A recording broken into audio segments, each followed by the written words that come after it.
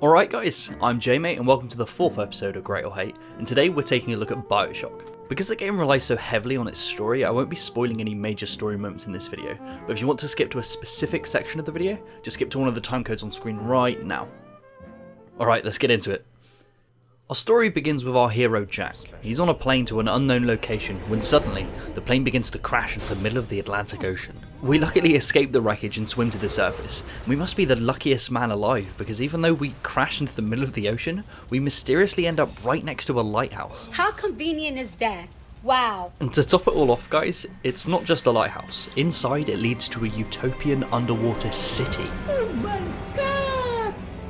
Wow! This is Rapture, an underwater city built by Andrew Ryan, some billionaire businessman who wanted to create the perfect society with no corruption and no conflict.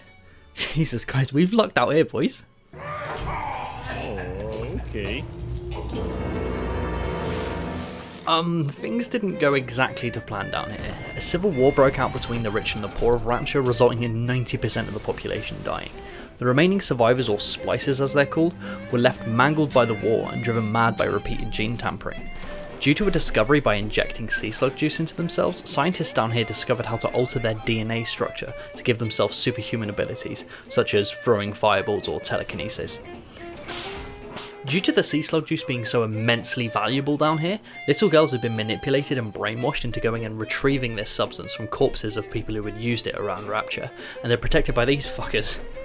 Jesus Christ. So there's no escape from this city, but we're contacted via the radio by a friendly voice who wants to help us, and we set off on a quest to try and save our new friend's wife and son.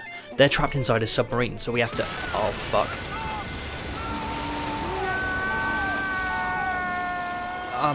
Alright, shit, new goal.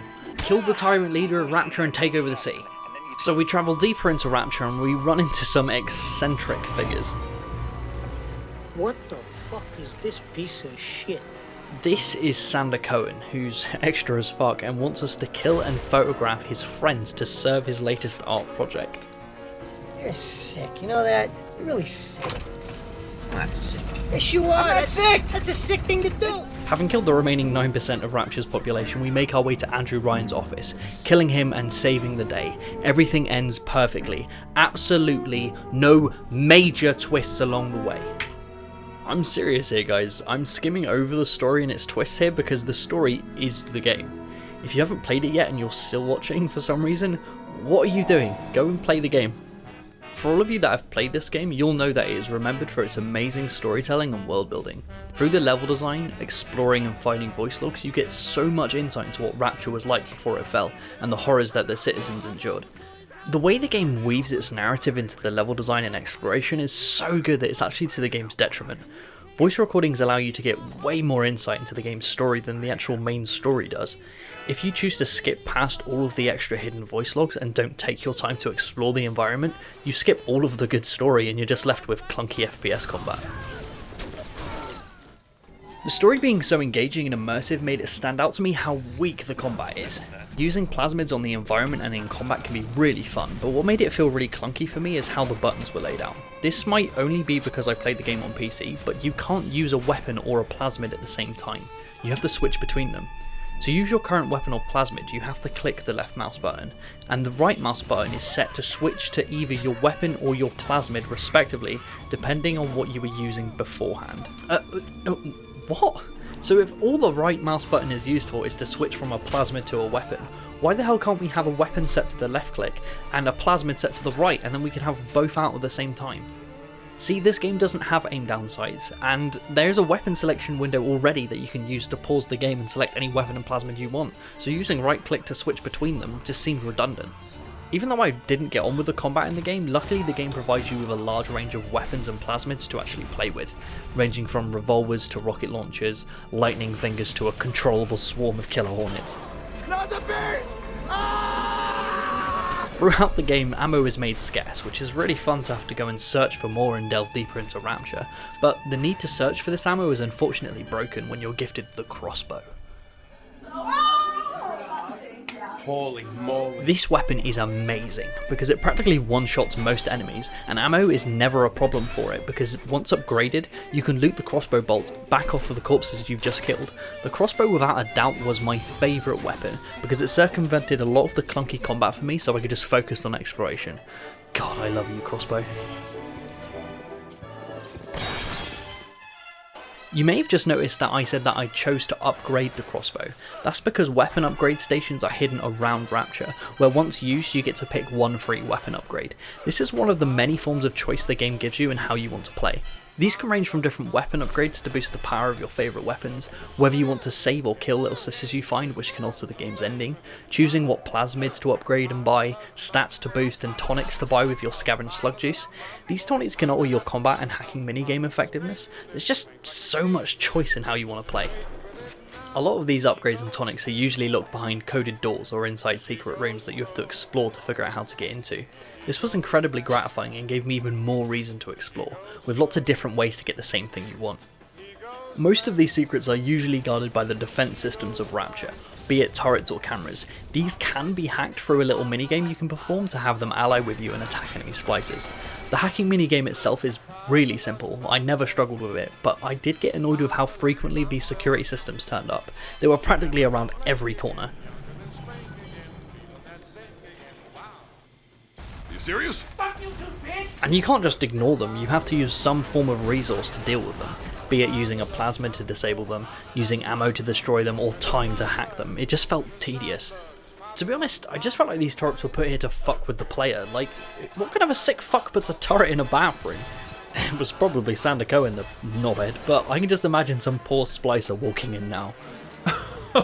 Yes, that is correct, Dave. We sure did kill that person dead. It was indeed mega banter.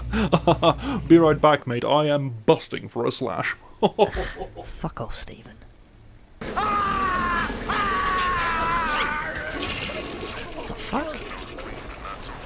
Whatever. Speaking of splicers, they made me dread combat.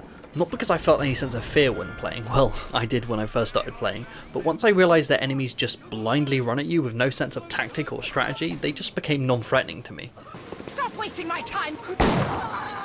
As the game progresses, enemies also gain a lot more health, making them a lot harder to kill.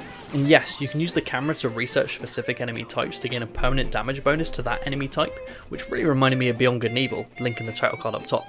But this just isn't enough. Enemies are made more difficult by upping up how many resources they drain from you, rather than adding any new mechanics or enemy types. It got to the point where a simple splicer just took an absolute age to kill. This just made each combat encounter I got into a chore that I had to get through to get to the next story nugget. The same can be said for Big Daddies as well. After fighting a few of these Big Daddies one-on-one, I started to realise that they had very few mechanics, drained a shit ton of my ammo, and hit like a truck. They did give a currency when killed to upgrade myself, but I was just reluctant to attack any of them because I was so low on ammo all the time due to fighting bullet sponge splicers. I will give the game credit that the way the splicers and Big Daddies moved around the environment did keep me on my toes permanently. Splicers entering previous areas that I'd already cleared out and trying to loot the people I'd just killed made them feel like living, breathing people to me. Unfortunately, the fear the game is so desperately trying to cause just falls flat because of the enemy design. I was not avoiding enemies and bosses because I was scared to fight them, but because I knew they would take so long to kill and drain so many of my resources. Even if you do end up dying, there is no punishment for it, because you just get respawned at the nearest fighter chamber and enemies don't respawn or regenerate health.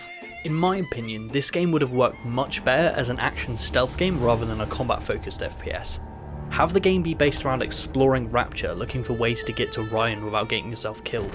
Uncover the secrets of Rapture through exploration rather than shooting everything in sight. Make death mean something again. Make Big Daddies rare and basically one-shot you if you get caught by them. Make the game scary again like it was in the first hour of the game when we had very limited weapon selection and ammo was low. This would make every encounter with an enemy intense rather than a bullet sponge annoyance. Comment below your ideas on this, I'd like to know what you would do differently if you had the chance.